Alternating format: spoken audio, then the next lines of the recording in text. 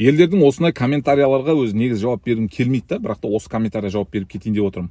Рекламадан шаршадым дейді. Рекламадан шаршасаң, бауыр, мына өмірден кету керексің.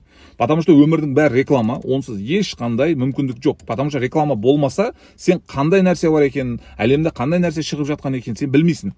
Біріншіден. Екіншіден, анау мынау күшті дейді, ішесің, толық жоқ дейді. Сен не іштің, өзіңе сұрақ қойшы. Не іштің? Қанша уақыт іштің? Айтшы, соны өзіңе сұрақ қойшы сен. Сен өмір бойы ішу керексің, білесің ба соны? Өмір бойы. Не үшін? Өйткені сенің ағзаңа витамин, минерал керек. Түсінесің ба? Витамин, минерал сенің ағзаңда болмаса, сен өмір бойы ауырасың. Өмір бойы ауырасың. Сен аурудың себебін жасап жүрсің. Ауырып қалудың себебін жасап жүрсің. Яғни ағзаңа витамин, минерал бермейсің.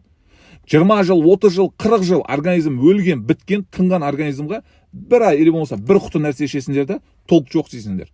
Ішсеңдерші, 1 жылдап, 2 жылдап. Көрейін сендер, іш аласыңдар ма сол нәрсені? Іш алыңдар, бірінші, ақшаңдарды қиыңдар денсаулықтарың үшін. Бір ай ішесің, біреуден екіншісіне секіресің, екіншісінен үшіншісіне секіресің, үшіншісінен төртіншісіне секіресің, өмір бойы осылай жүресің. Бір табиғи мықты өнім таптың ба, соны до конца ішсей, рахаттанып ішсей содан, сеніп тұрып ішсей содан, Алладан шипасын сұрады, соны рахаттанып іш, көресің результатын. Мен 7 жылдан бері ішем. Өзің іштің ба айтшы дейді. 7 жылдан бері ішем мен продукцияны.